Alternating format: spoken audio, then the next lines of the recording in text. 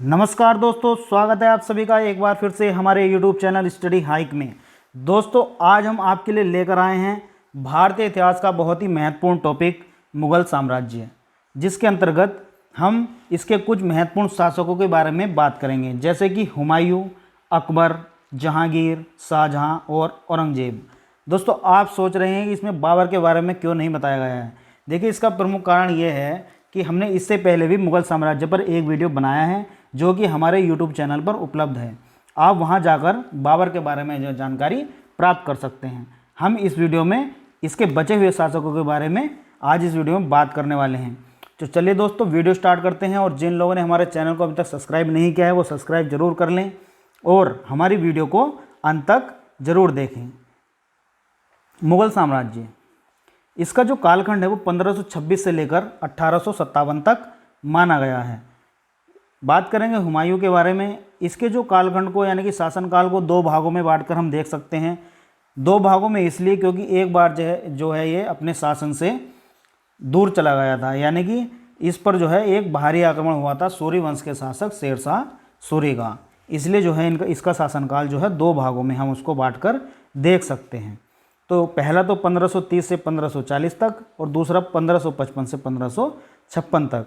यह 1530 में जो है गद्दी पर बैठा।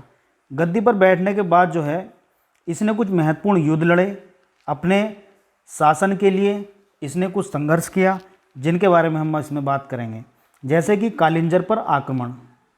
इसने कालिंजर पर जो आक्रमण किया वो 1531 ईस्वी में किया।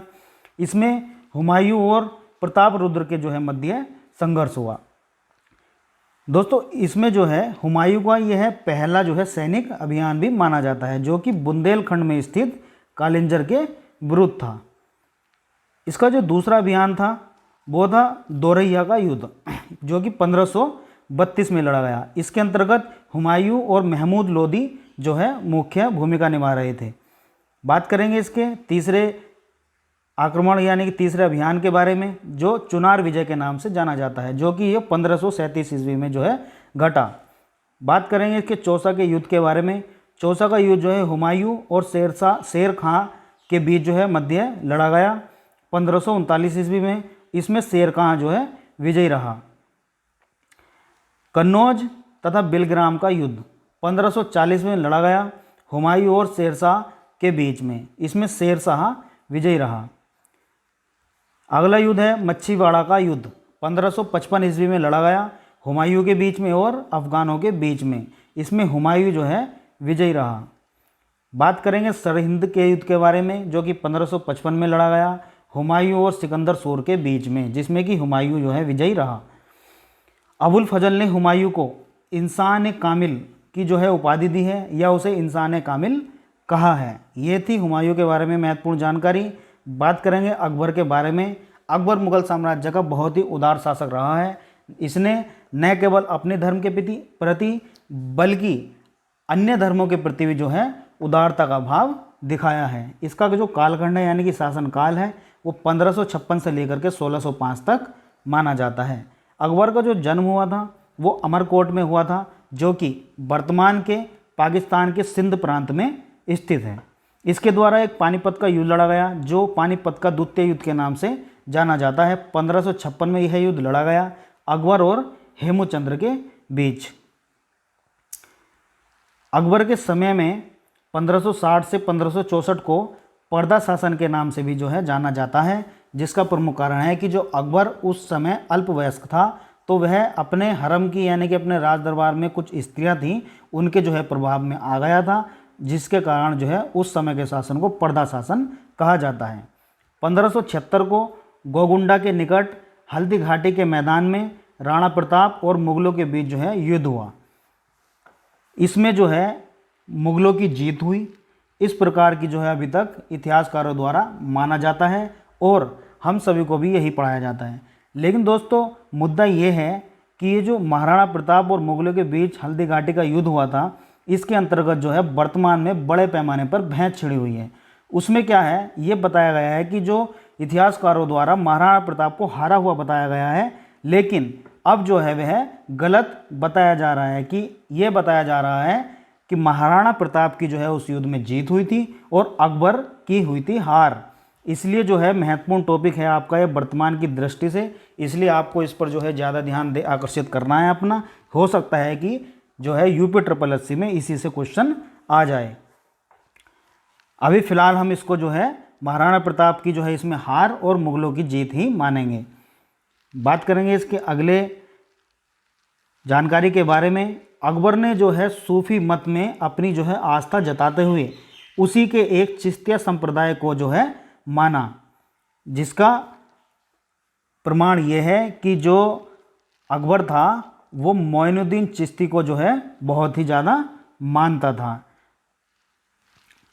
बात करेंगे अकबर के कुछ धार्मिक नीति के अंतर्गत उसने क्या क्या किया। जैसे कि उसने जो है मतलब उदार धार्मिक नीति के बारे में 1562 में उसने दास प्रथा का अंत कर दिया। 1563 में उसने तीर्थ यात्रा कर समाप्त कर दिया। 1564 में उसने जजिया कर को समाप्त कर दिया, जो कि एक गैर इस्लामिक कर था। इन सब चीज़ों को जो है उसने समाप्त किया। अपने सामाजिक सुधार के अंतर्गत उसने बाल विवाह को रोकने का प्रयत्न किया, सती प्रथा को रोकने का प्रयत्न किया।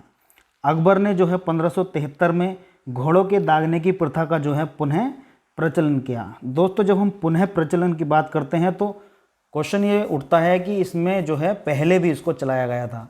तो पहले से अलाउद्दीन खिलजी के टाइम पे चलाया गया था, जो कि दिल्ली सल्तनत के जो है महत्वपूर्ण शासक हुए हैं, खिलजी वंश के थे। तो अकबर ने जो है इसे पुनः प्रचलन में लाया। 1575 में अकबर ने मनसबदारी प्रथा का जो है प्रचलन किया। यह एक व्यवस्था थी जिसके आधार पर सैनिकों को संगठित किया जाता था। यह जो व्यवस्था थी वो दशमलव प्रणाली के आधार पर थी और यह व्यवस्था को जो है मध्य एशिया से लिया गया था मुग़ल साम्राज्य में। अकबर ने यह अपने शासन के 11वें वर्ष जो है शुरू की। अकबर कालीन भू राजस्व व्यवस्था को जो है दहसाला पद्धति या बंदोबस्त व्यवस्था भी कहा जाता था। अकबर ने 1582 में दीन-ए इलाही की स्थापना की, जो कि इसके द्वारा शुरू किया गया एक पंथ था। अकबर का जो मकबरा है वो सिकंदरा नामक एक गांव में स्थित है। इस मकबरे की एक विशेषता है कि यह गुंबद विहीन मकबरा है। आमतौर पर जितने भी आपको मुस्लिम शासकों के मकबरे मिलेंगे वो जो है गुंबद सहित मिलेंगे, लेकिन इसकी विशेषता ये है कि ये गुंबद विहीन जो है मकबरा है और ये 5 मंजिला है। अकबर ने महाभारत के जो है विभिन्न भागों का अनुवाद जो है फारसी में कराया, जिसे रज्मनामा के नाम से जाना जाता है। अकबर के समय इंग्लैंड की जो रानी थी वो एलिजाबेथ प्रथम थी और अकबर ने फतेहपुर सीकरी में 1575 में इबादत खाना बनवाया। इबादत खाने में जो है वह विभिन्न धर्मों के लोगों के साथ बैठ कर के विचार विमर्श सुनता था, यानी कि वे लोग आपस में विचार विमर्श करते थे और अकबर जो है उनको सुना करता था, जिससे जो है उसकी नीति में भी बहुत परिवर्तन आया अन्य धर्मों के प्रति। बात करें दोस्तों जहांगीर के बारे में, तो जहांगीर का जो राज्याभिषेक है, यानी कि जो उसका वो जो गद्दी पर बैठा वो 1605 में बैठा।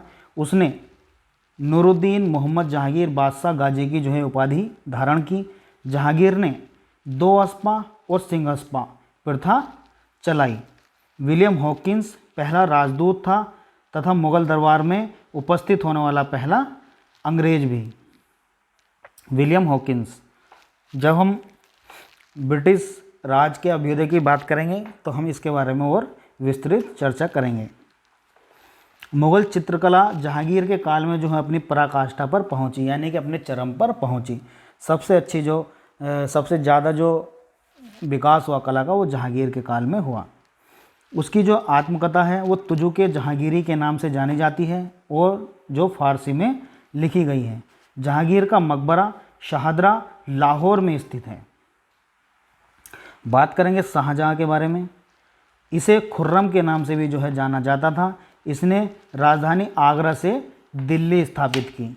शाहजहाँ का काल मुगल काल का स्वर्ण काल माना जाता है, जिसका प्रमुख कारण है कि इसके काल में विभिन्न क्षेत्रों में बड़े पैमाने पर जो है विकास देखा गया, चाहे वह स्थापत्य हो या साहित्य।